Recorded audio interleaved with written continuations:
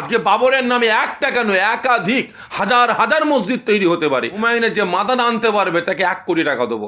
1 करोड़ रुपए की घोषणा कर रहा हूं कि जो उस टीएमसी विधायक की गर्दन काट के ले आएगा उसको मैं 1 करोड़ रुपए का पुरस्कार दूंगा। আজকে আমার দেশের গোয়েন্দা ডিপার্টমেন্ট গেল কোথায়? আমার দেশের ইডি গেল কোথায়? সিবিআই গেল কোথায়? আমার দেশের সাংবাদিকেরা গেল কোথায়? আমার দেশের পুলিশ প্রশাসন গেল কোথায়? একজনের মাথা কেটে আনতে পারলে তিনাকে দেওয়া হবে 1 কোটি টাকা। পুরীর জগন্নাথ মন্দির দীঘাতে যেতে পারে না। আশা করিনি যে আমার দেশের প্রধানমন্ত্রী তিনি গিয়ে রাম মন্দির উদ্বোধন করবেন। আমার দেশের প্রধানমন্ত্রী তিনার চেয়ারটা, মুখ্যমন্ত্রীর চেয়ারটা হলো নিরপেক্ষ মানুষের চেয়ার। ওই চেয়ারে যিনি বসবেন প্রত্যেকটা ধর্মের মানুষকে সমান নজরে দেখবেন। প্রধানমন্ত্রী প্রত্যেকটা ধর্মের মানুষের প্রধানমন্ত্রী, মুখ্যমন্ত্রী প্রত্যেকটা ধর্মের মানুষের মুখ্যমন্ত্রী। রাজ্যের মুখ্যমন্ত্রী তিনি সরকারি টাকা বরাদ্দ করে সরকারি জমির ওপরে হসপিটাল না করে, স্কুল না করে, কলেজ না করে, ইউনিভার্সিটি না করে দীঘাতে জগন্নাথ মন্দির তৈরি করলেন। মুসলমান নেতা মন্ত্রী আছে, মুসলমান এমপি এমএলএ আছে, মুসলিম সম্প্রদায়ের পড়াশোনার জন্য আজকে তানাদের পঠন পাঠনের জন্য কটা স্কুল কলেজ ইউনিভার্সিটি তৈরি করেছে। পুরীতে যখন জগন্নাথ মন্দিরটাকে যখন ওখান থেকে নিয়ে এসে দীঘায় যখন জগন্নাথ মন্দির তৈরি করা হলো, তা হিন্দু পূজারী প্রতিবাদ করেছে। হুমায়ুন কবির ভাইকে আমি মোবারকবাদ জানাবো। তিনি যে উদ্যোগটা নিয়েছেন, মহান উদ্যোগ নিয়েছেন। জানি না বিগত দিনে তিনি সমাজের জন্য কি করেছেন, তিনার জেলার জন্য কি করেছেন, তবে এই যে একটা উদ্যোগ নিয়েছেন আমি তেনাকে সাধুবাদ জানাচ্ছি। কারণ সবথেকে বড় জিনিস, আমার দেশের প্রধানমন্ত্রী তিনার চেয়ারটা হলো নিরপেক্ষ মানুষের চেয়ার। ওই চেয়ারে যে বসবে হিন্দু, মুসলমান, জৈন, খ্রিস্টান প্রত্যেকটা ধর্মের মানুষকে সমান নজরে দেখতে হবে। এবং মুখ্যমন্ত্রীর চেয়ারটা হলো নিরপেক্ষ মানুষের চেয়ার। ওই চেয়ারে যিনি বসবেন প্রত্যেকটা ধর্মের মানুষকে সমান নজরে দেখবেন। প্রধানমন্ত্রী প্রত্যেকটা ধর্মের মানুষের প্রধানমন্ত্রী, মুখ্যমন্ত্রী প্রত্যেকটা ধর্মের মানুষের মুখ্যমন্ত্রী। কিন্তু বিগত দিনে আমরা যেটা দেখলাম, বাবরি মসজিদ, এই বাবরি মসজিদকে শহীদ করে সেখানে রাম মন্দির তৈরি হলো। অবশ্যই সরকার সেটা সহযোগিতা করেছে, সরকারি অনুদান দিয়ে করেছে। আমরা ভাবলাম সেখানে হয়তো আমার দেশের বড় বড় পূজারীরা গিয়ে সেখানে উদ্বোধন করবেন, কিন্তু আমরা দেখলাম কি, আমরা আশা করিনি যে আমার দেশের প্রধানমন্ত্রী তিনি গিয়ে রাম মন্দির উদ্বোধন করবেন, কিন্তু আমরা দেখলাম তিনি সেখানে গিয়ে রাম মন্দির উদ্বোধন করলেন। তা তিনি ধর্মীয় আচার আচরণ করতে পারেন। আমরা তারপরে দেখলাম কি, আমার রাজ্যের মুখ্যমন্ত্রী তিনি সরকারি টাকা বরাদ্দ করে সরকারি জমির ওপরে হসপিটাল না করে, স্কুল না করে, কলেজ না করে, ইউনিভার্সিটি না করে তিনি হিন্দু ভাইদের মন জয় করার জন্য দীঘাতে জগন্নাথ মন্দির তৈরি করলেন।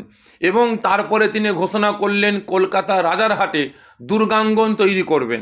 তারপরে আবার একটা ঘোষণা করলেন কি শিব মহাকাল মন্দির তৈরি করবেন।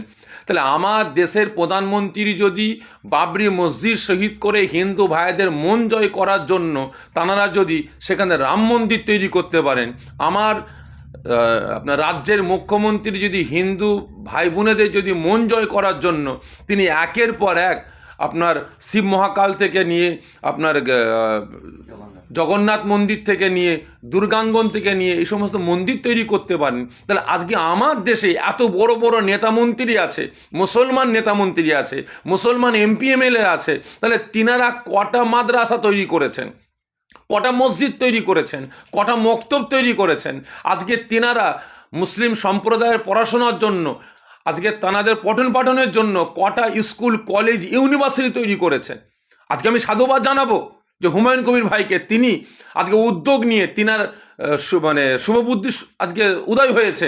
তিনি আজকে 6 তারিখ, যেহেতু একটা কালা দিন, বাবরি মসজিদকে শহীদ করা হয়েছে, ওই দিনে বাবরের নামে একটা মসজিদ তৈরি করছেন। তবে হ্যাঁ, এখানে আমরা সোশ্যাল মিডিয়ার মাধ্যমে দেখতে পাচ্ছি আমার রাজ্যে, আমার দেশে এক শ্রেণীর মানুষদের মাথা ব্যথা শুরু হয়ে গেছে। তারা হুমকি ধুমকি দিচ্ছে, তারা চমকাচ্ছে, যদি মুর্শিদাবাদে আপনার বাবরি মসজিদ তৈরি হয় তাহলে আমরা বাবরি মসজিদ আবারও ভেঙে দিয়ে আমরা সেখানে রাম মন্দির তৈরি করব। কেন পুরীতে যখন জগন্নাথ মন্দিরটাকে যখন ওখান থেকে নিয়ে এসে দীঘায় যখন জগন্নাথ মন্দির তৈরি করা হলো, কটা আপনার মুসলমান ভাই সেখানে প্রতিবাদ করেছে, কটা হিন্দু পূজারী প্রতিবাদ করেছে যে আপনার পুরীর জগন্নাথ মন্দির দীঘাতে যেতে পারে না, জগন্নাথ মন্দির একটাই হবে, কেন দীঘাতে হবে? তিনারা তো সেখানে প্রতিবাদ করলেন না। আজকে বাবরের নামে একটা কেন, একাধিক হাজার হাজার মসজিদ তৈরি হতে পারে, বাবরের নামে হাজার হাজার মাদ্রাসা তৈরি হতে পারে, শুধু বাবর বলে কেন?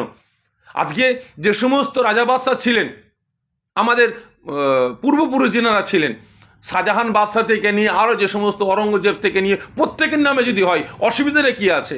আজকে রসুল পাকের নামে হবে, সাহাবা হুজুরদের নামে মসজিদ মাদ্রাসা তৈরি হবে, অসুবিধে কী আছে? আজকে এখানে কিছু কিছু মানুষ আবার বক্তব্যের মাধ্যমে তারা ধমকাচ্ছে, চমকাচ্ছে, বলে বেড়াচ্ছে যে আপনার যদি বাবরি মসজিদ ওখানে তৈরি করা হয় তাহলে আপনার হুমায়ুনের যে মাদান আনতে পারবে তাকে 1 কোটি টাকা দেবো। আপনার ক টাকা আছে? আজকে আমার দেশের গোয়েন্দা ডিপার্টমেন্ট গেল কোথায়? আমার দেশের ইডি গেল কোথায়? সিবিআই গেল কোথায়? আমার দেশের সাংবাদিকেরা গেল কোথায়? আমার দেশের পুলিশ প্রশাসন গেল কোথায়? একজনের মাথা কেটে আনতে পারলে তিনাকে দেওয়া হবে 1 কোটি টাকা। আজকে আপনারা তার কাছে গিয়ে কেন কৈফিয়তটা নিচ্ছেন না? কোটি টাকা আপনারা সে ইনকাম করেছে, সরকারকে কত টাকা ট্যাক্স ফাঁকি দিচ্ছে, আপনারা তার কাছে যাচ্ছেন না কেন? তাকে অ্যারেস্ট করছেন না কেন? যে একটা মানুষের গর্দান কাটতে গেলে 1 কোটি টাকা পুরস্কার দেবে, তাহলে সে কত টাকার মালিক? কত টাকার মালিক? তথে এই সমস্ত কথা সোশ্যাল মিডিয়ায় না বলে, এসব ভুগলি না দিয়ে আপনারা ধর্মীয় আচার আচরণ পালন করুন। আমরা মুসলমান, আমাদের ধর্মীয় আচার আচরণ পালন করি। এখানে আমরা আপনাদের ধর্মীয় আচার আচরণে বাধা দিইনি, আপনারাও আমাদের ধর্মীয় আচার আচরণে বাধা দেবেন না। যদি কেউ বাধা দিতে আসেন, আগামী দিন আপনাদের বিরুদ্ধে আমরা সোচ্চার হব।